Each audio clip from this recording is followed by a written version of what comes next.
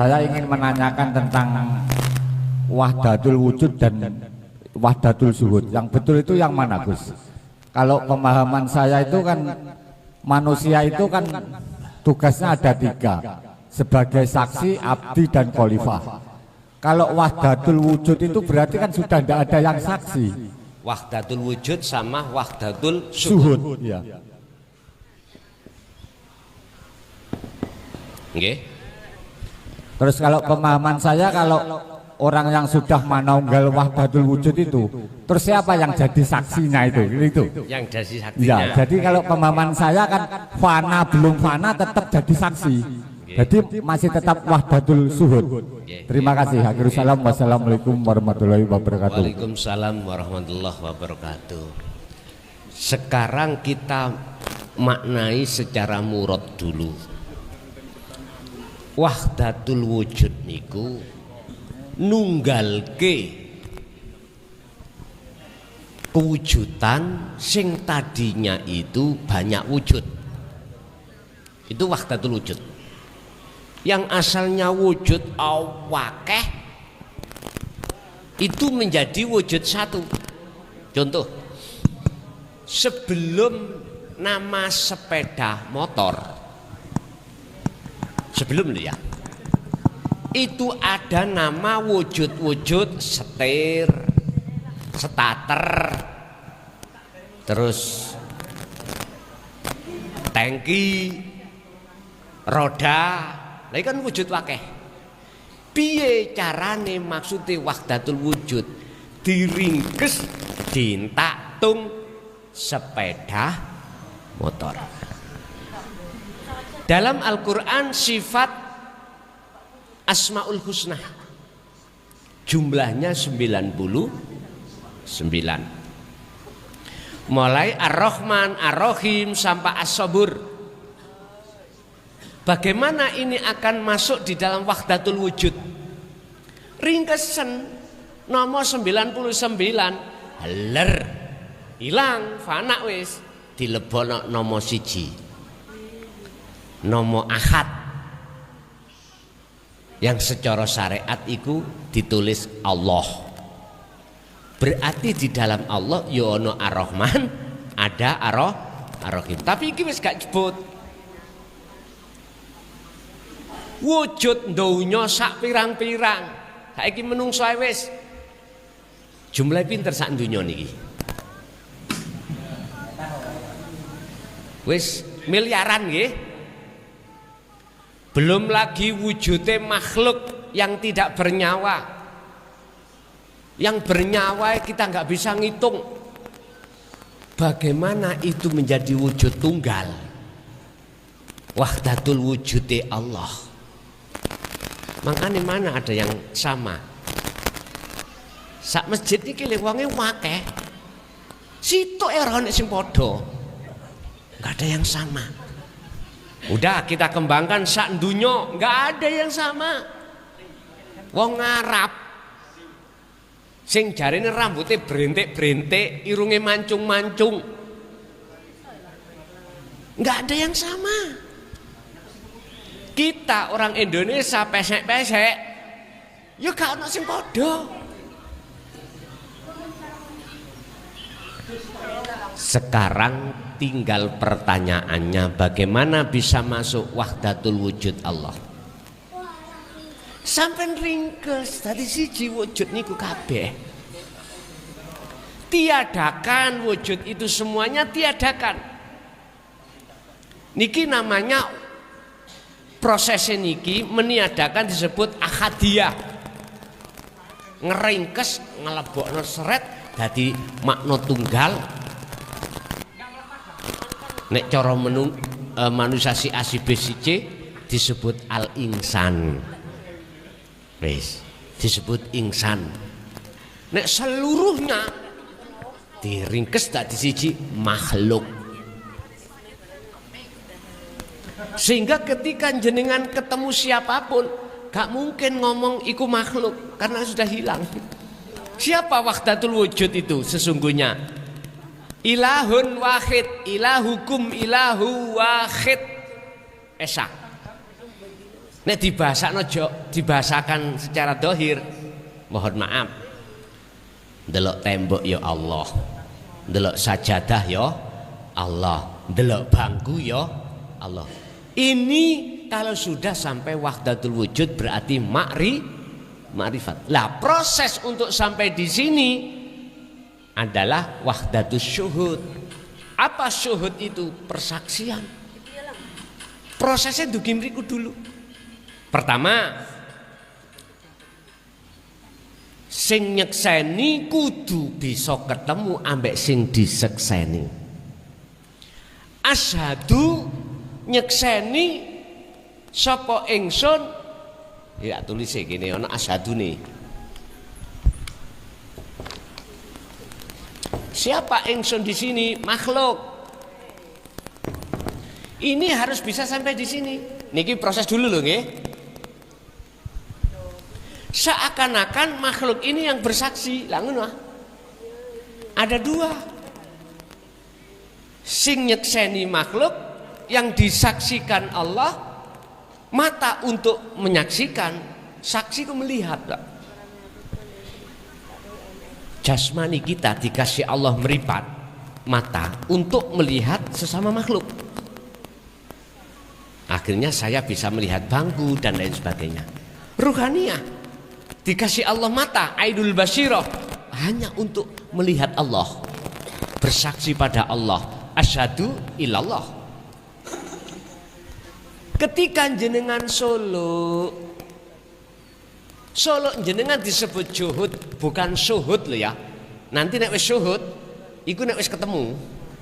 Kalau belum ketemu disebut juhud.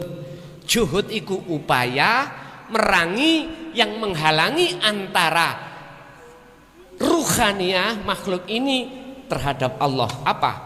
Tengah-tengah ini ada nafsu yang menghalang-halangi. Wa yasudduna an sabilillah, menghalang-halangi. Proses si salik nuju suluk nang Allah bertemu itu disebut si salik iku juhud. Wis. Tujuannya juhud adalah untuk menghilangkan perkara-perkara yang menghalangi antara makhluk dengan Allah. Disebut nafi. Faktulu anfusakum, tiadakan keakuan makhluk dalam hatimu. Nah ini juhud. Tapi kalau sudah sampai pada Allah dikatakan makrifat, disebut syuhud. Nah ketika sudah syuhud, apakah makhluk ini yang bersaksi pada Allah? Bukan. Disebut makrifat, apakah si salik wong kuwi mang ketok wujude Allah? Bukan. La ibsarun wa mubsarun wa basarun. Sing melihat tadinya dan mata yang dilihat, mata untuk melihat dan Allah Khalik yang dilihat, ini semuanya enggak ada.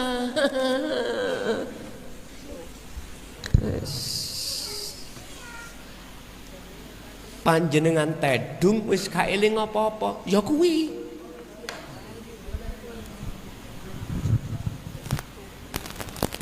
Nek tak omongno basa syariat, sing nyawang Allah ya Allah dhewe.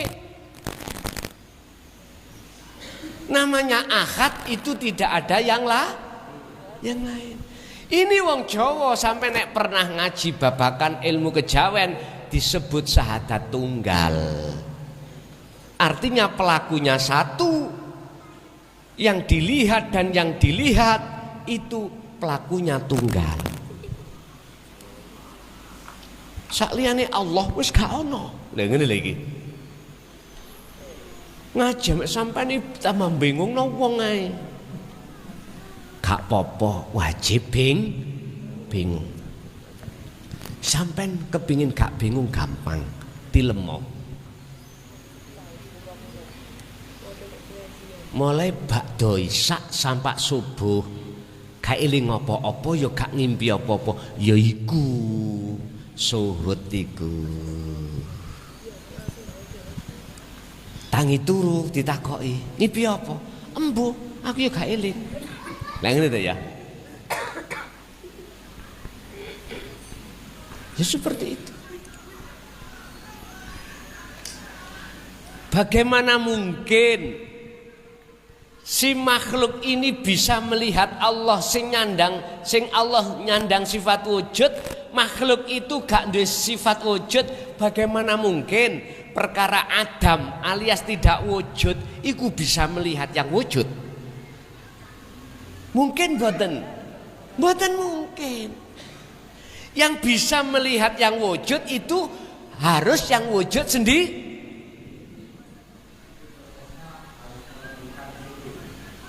Betul.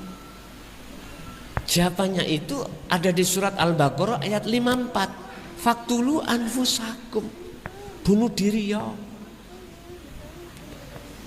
Maksudnya bunuh diri patenono rasa wujude awak dhewe yang tadi merasa wujud tadi lho. Kudu sampean ilangno. Carane ya napa? Masuklah ke alam fana. Iso masuk ke alam fana harus membawa sirul asrar karena itu kuncinya. Nek sampean dzikir sirul asrar, sir ambek jahri tok nyun sewu sampai dengkul mukaku gak kena ditekuk. Raiso. Makanya kalau sering ngkai himbauan terhadap para mursyid thariqah, tolong murid-murid pengikut jenengan iki wuru ono dzikir nafi isbat, dzikir sirul asrar ketika khususiyah, ketika suluk, kasih pengertian biar bisa wusul datang Gusti Allah waktu khususiyah, waktu solo. Nek dipahamkan dzikir jari dengan siri tok wis tah gak iso.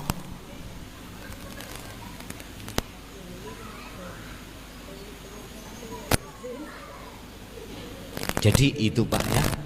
Kalau sudah menyandang ahli syuhud, nah ahli syuhud maka wis mesti wahdatul wujud.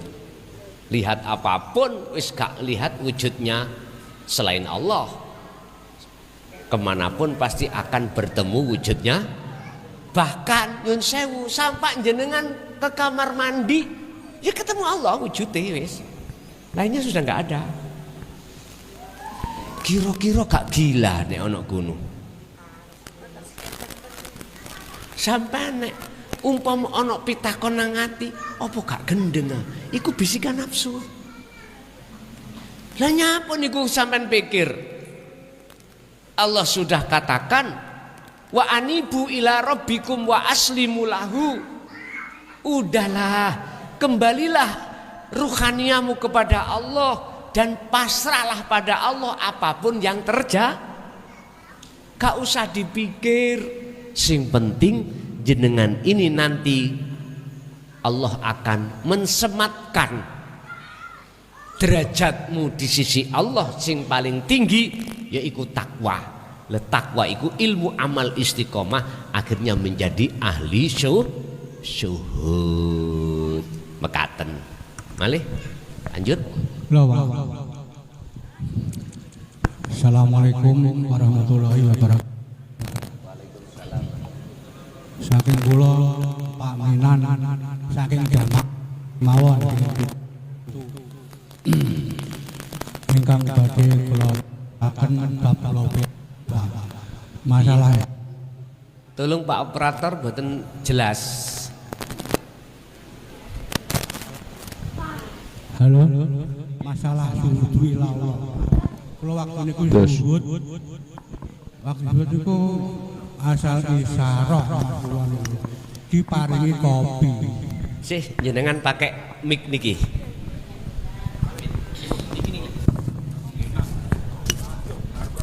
Ngapunten.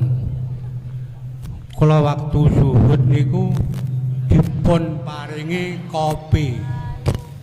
Margi kopi niku mboten sak gelas salin gelas ageng nika supados kan ngunjuk sing maringi sinten kula nggih mboten ngertos moro-moro wonten teng ajeng kula ngoten mawon.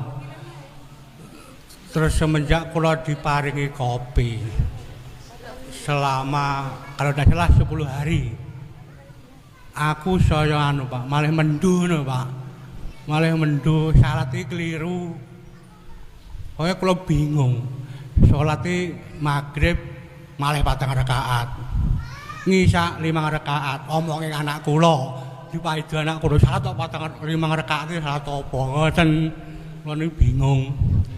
Ingkang nomor kalih niku masalah wirid.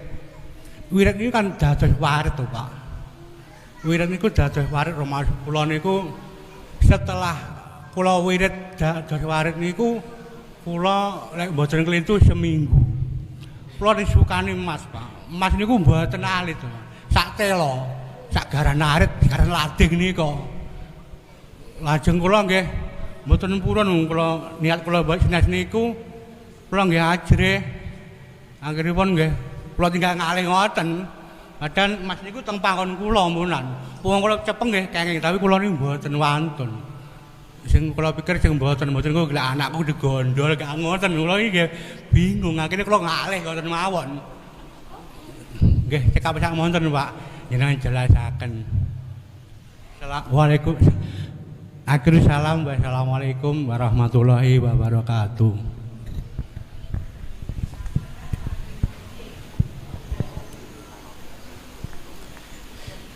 Jikalau saking kuwate ati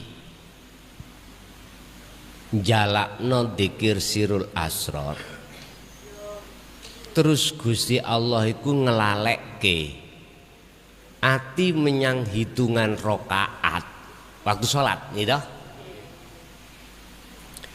dan atau niate sholat cara syariat iku mestine asar kok dadi maghrib miturut pandangan hakikat rapopo nggih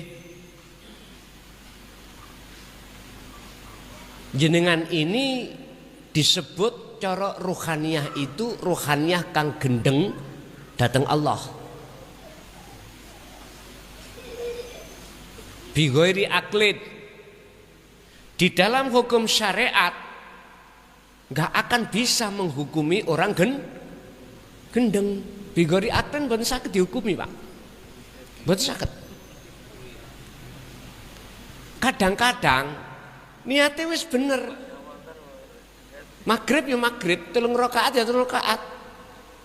Tapi waktu sholat lali. Dapat berapa rakaat bahkan sampai 20 rakaat. Terus piye ngeten iki? Terus bagaimana? Enggak apa-apa, krono sampean iki mimbak di golongan wong gendeng nang Allah. Memang siapapun kita si salik ketika bertemu Allah iku namanya jadab. Jadab iku apa pengertiane? Ati dilalekno Allah menyang perkara selain Allah.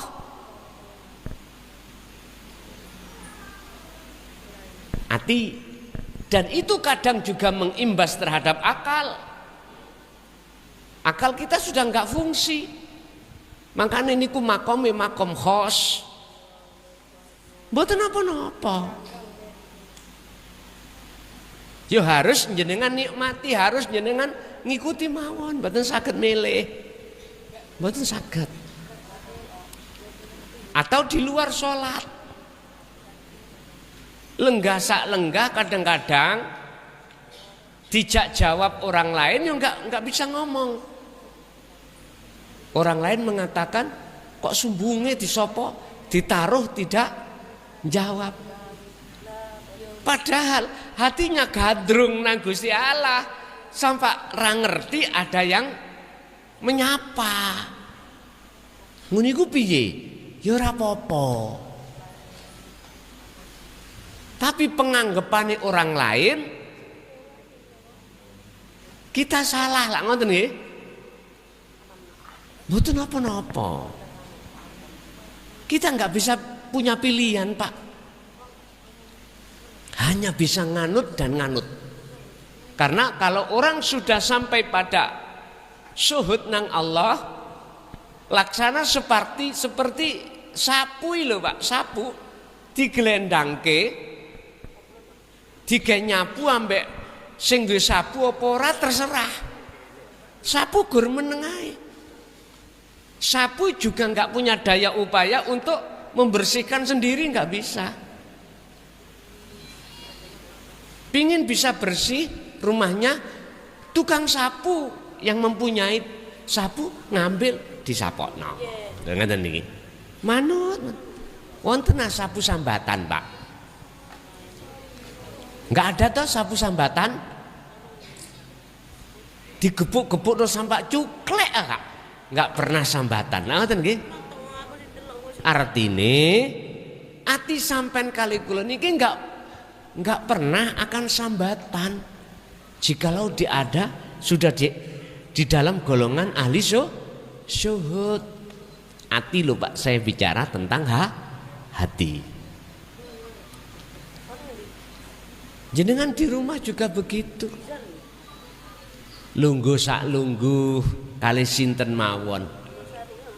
Kalau hati sudah cenderung hanya pada Allah, ngapunten, ada orang atau teman atau anak atau apa, kalau bahasanya itu tidak ke Allah, mesti jenengan iku pilih ngalih. Iku dorongane Allah ndugi hati sampeyan. Lah ayate mang dalam surat Al-Kahfi ayat 20 ya toh. Wala tuti, ojo kok ikuti ning sapa man terhadap orang. Wong sing ya apa? Wong sing tak kunci atine iling menyang Allah, menyang aku. Wong sing atine dikunci Allah, dilalaikan sangka Allah, mesti ngomong secara dohir sumberin duki ati, mesti ati ngejak mingkol bin rohibin, ngejak bahas perkara sak liyane Gusti. Lah sampean mesti ngalih ngene iku. Iku ya wis sing ngelihne ya Gusti Allah dhewe. Nggih. Jenengan dituki Gusti Allah apa wae. Sampean walaupun gak minta, ujug-ujug dikei kopi, gak sampean rencanakno, iku wis dadi hukume Allah. Wa may yattaqillaha yaj'al lahu makhrajan wa yarzuqhu min haitsu la yahtasib. Wong sing wis atine lungguh nang ngone syuhud, wis gak gampang kena gebyare dunya. Perkara sing gak dijaluk iki lho diwehke. Lan jenengan kali kula gur meneng tok. Wa yarzuqhu min haitsu la yahtasib. Engko tekone ora dinyono. Tinggal ati sampean iki mang duduknya di mana. Sing penting ngeten lho Pak. Peran apapun yang diperankan Allah terhadap diri kita masing-masing wis saenake Gusti Allah. Sing penting ati sampean iku duduk di tajalli, ngakokno kabeh iku sumbere sangka Gusti. Wis titik. Setunggal melih tiyang jaler.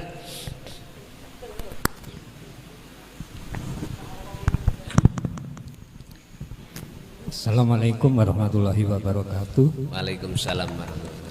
Nami kula Bibit Prayoga saking Rendeng Gondang Tulungagung. Mirengaken dawuhipun panjenengan Gus, ternyata leres memang kita itu selalu lepas dari hawa nafsu. Besok ya nyun sewu, karena di dalam gedung jenenge salon biar bisa didengar gak dipencar-pencar. Jangan hanya satu titik seperti ini. Ada yang diletakkan sana, diletakkan sini, di 4 harus ada. biar ketika kita bertanya itu bisa didengarkan dengan jelas. Oke, lanjut. Oke, lanjut. Kita sering jalani bahwa dalam kehidupan sehari-hari itu antara pikiran, lisan, hati niku sering sekali mboten sinkron. Hati kita latih untuk zikir dengan Allah, tapi pikiran ini kadang-kadang masih kemana-mana. Ngaten. Niku ingkang kaping kalih. Hawa nafsu niku mangke saged dipun sirnaken kalian zikrul sirul asror. Lah zikril sirul asror nika sifatipun sirri napa saged dipun mawujudaken menawi dipun mawujudaken berupa zikir utawi amalan napa ingkang dipun lampahi temu lampahaken. Nggih, matur suwun. Assalamualaikum warahmatullahi wabarakatuh. Waalaikumsalam warahmatullahi wabarakatuh. Jenengan mudeng ah? Nah, kula mudeng mergae langsung nyedek. Ngeten ya. Hati dengan akal iki gak sinkron, Pak. Akal ngejak ngurusi urusan dunya. Hati pingine nang Gusti Allah. Berhubung ngomong nafsu, akal diwurui. Kalakal omong nafsu ya, seger iku rasane banyu. Dan banyu itu bisa menghilangkan rasa ngelak. Roh kongkon iman sing bisa ngilangi rasa haus itu adalah air. Sehingga Pak, antara hati dengan akal ini nggak sinkron. Bisanya sinkron bagaimana? Lawang hati ngucap Allah Allah, akal bahas masalah urusan tuh, hati gak sinkron. Bisanya sinkron bagaimana? Pun ketika ada ketidaksinkronan, bahkan hati terpengaruh dengan apa yang dihembuskan oleh nafsu, itu tetanda kalau hati kita belum kenal pangeran kita. Itu tetanda kalau hati kita masih dalam belenggunya hawa nafsu. Terus amri sinkron bagaimana? Yang jenengan harus lepas dari perbudakan hawa nafsu. Wong nafsu iku murui nangone akal. Akal dikongkon ngomong nang roh. Ngomongin ngeten. Itu tadi contohnya kayak air tadi. Lah, ketika jenengan iki sudah ngagem dzikir sirul asror sebagai senjata untuk mengalahkan nafsu, maka akal iki akan sinkron. Hati ngucap Allah, rasa sing muncul iku nanggone hati iku akan mengenai terhadap akal, akal akan mengikuti ngomando terhadap jasad. Berarti iman itu akan menjadi iman hanya pada ilahun wahid yang bisa menghilangkan rasa haus. Sebab urip iku yang ngelimputi banyu kuwi. Kalau banyu iku mah enggak dilimputi hidup, rabakal makhluk itu bisa menghilangkan rasa haus. Ingat, malakum dzarraw wala naf'an. Apapun yang disebut makhluk itu tidak bisa mendatangkan mudarat. Contoh, sebetulnya air ini enggak bisa nelesi tangan pean. Api nggak bisa ngobong sampean asline lho ya, nggak iso. Lagi air nggak bisa aslinya itu menghilangkan rasa haus, nggak bisa. Api nggak bisa digawe masak aslinya. Berhubung api dan air itu diberikan Allah syafaat dengan bentuk diliputi Allah, maka seakan-akan air dan api itu bisa mendatangkan mudorot dan atau mendatangkan manfaat. Kul katakan Muhammad,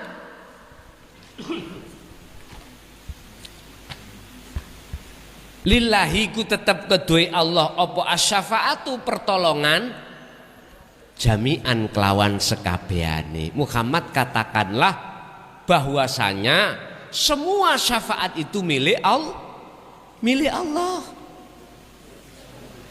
Lah Kanjeng Nabi Muhammad iku dijini Allah, disyafaati Allah untuk umat. Koyok-koyoke Kanjeng Nabi Muhammad iku bisa memberikan syafaat pada koyok-koyoke air ini seperti air ini seakan-akan bisa memberikan basah, memberikan manfaat berupa menghilangkan rasa koyok-koyoke seakan-akan asli nih kabeh Gusti Allah. Nah, nomor 2, apakah dzikir sirul asr itu bisa diwujudkan? Umpama diwujudkan, wiridnya apa? Sampeyan buka di dalam surat Al-Anbiya 87. La ilaha illa anta subhanaka inni kuntu minaz, ya niku tauhid itu dari tauhid anta subhanaka inni kuntu minadz dzalimin. Apakah itu dibaca? Boten, iku diamalke. Lah ngamalke niku apa boten maca? Nek sampean waca iku syariate. Sampean kudu paham la ilaha illa anta.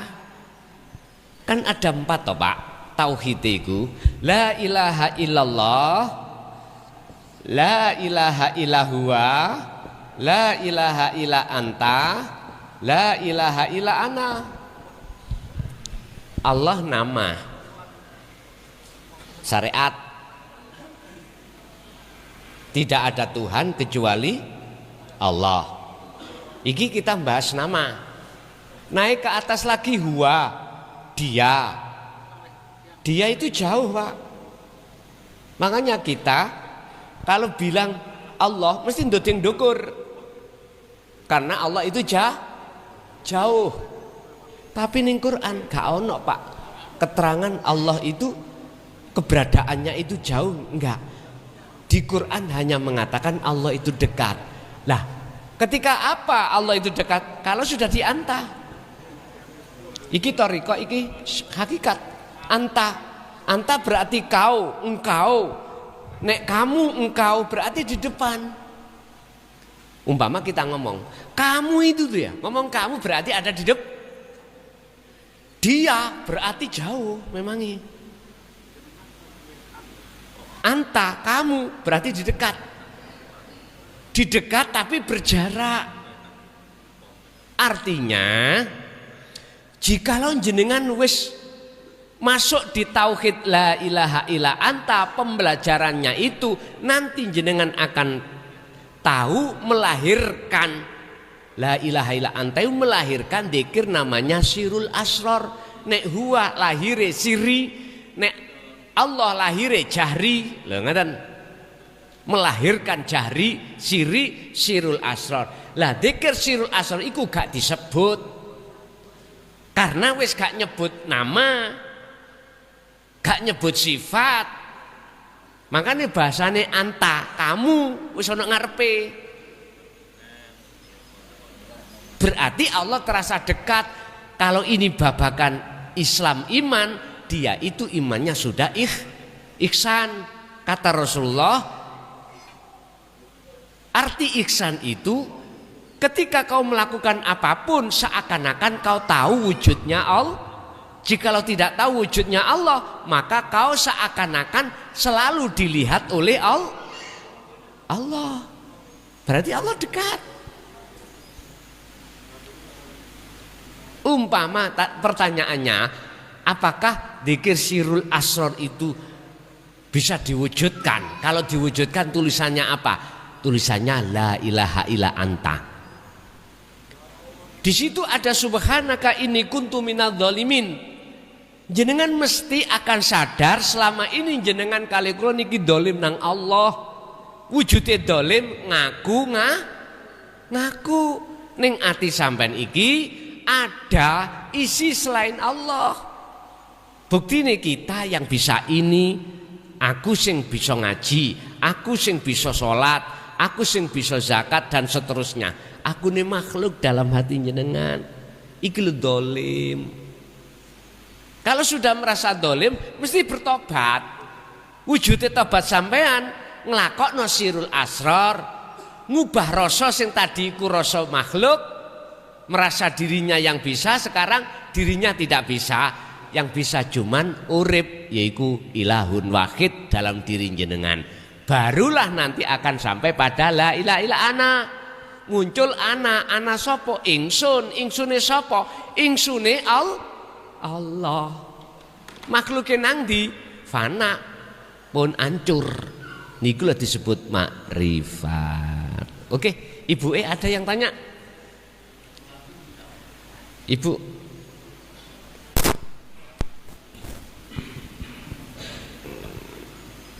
Cek.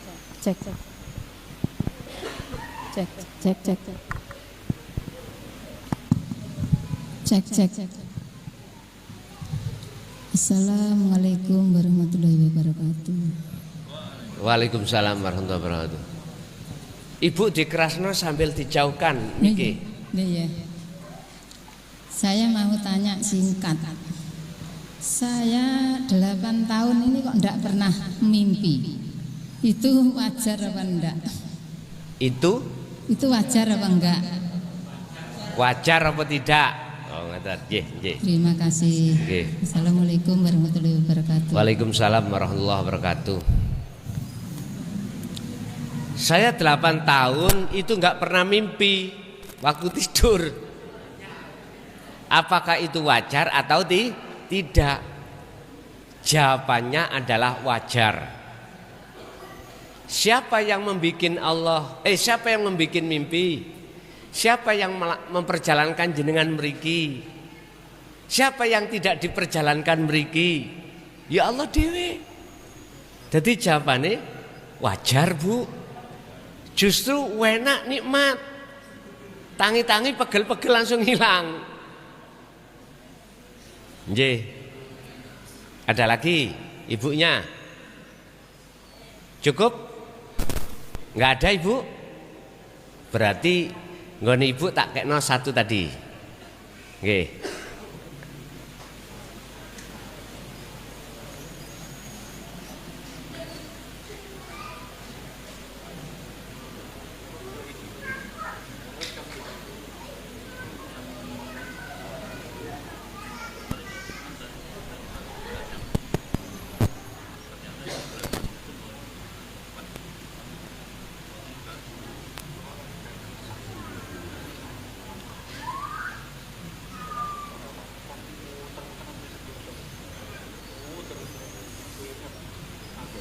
Niki mawon Pak, niki mawon.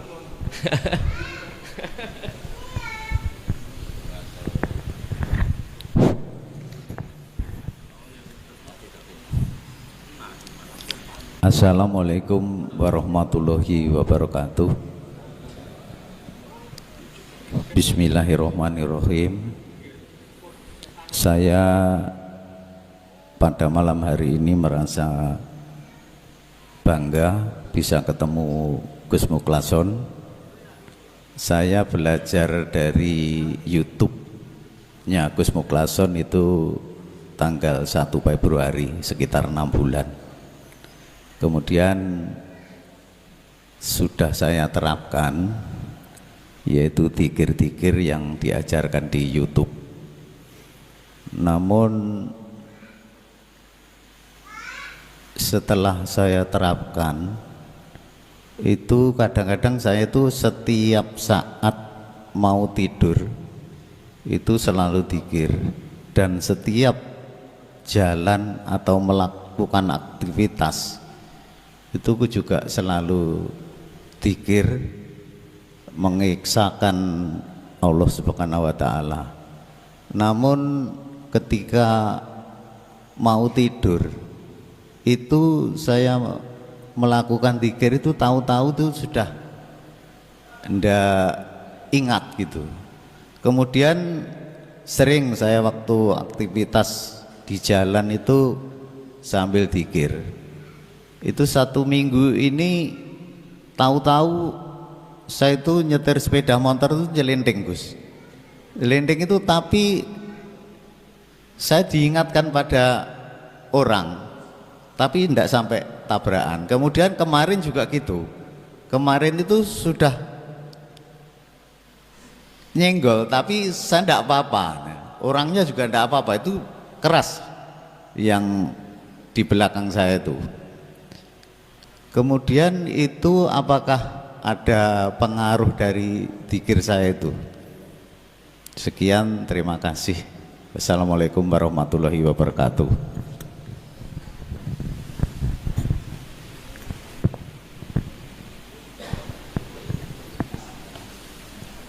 Ketika saat si salik itu suluk nuju wusul.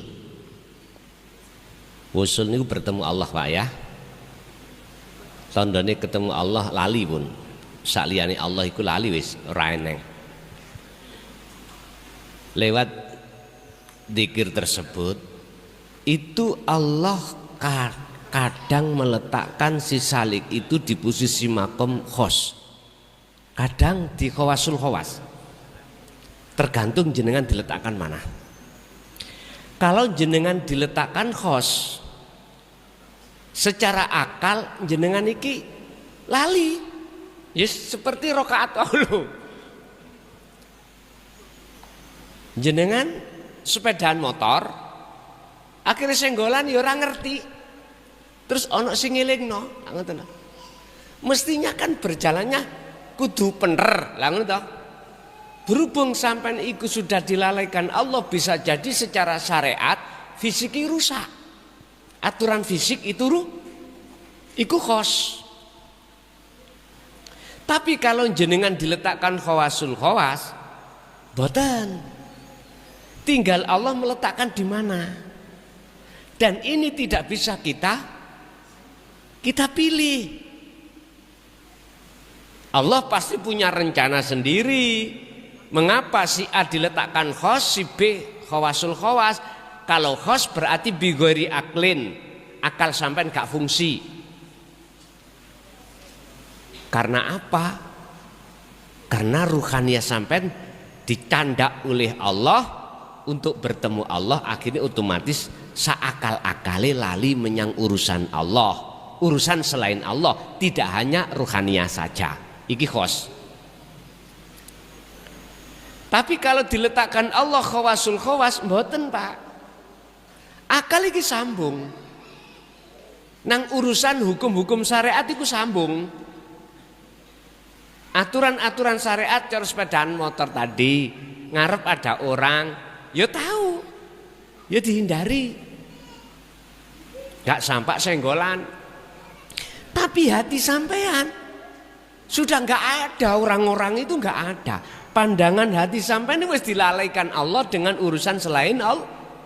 Nah, lah di antara dua makom ini, khos dan khawasul khawas, kita sebagai si salik nggak bisa milih.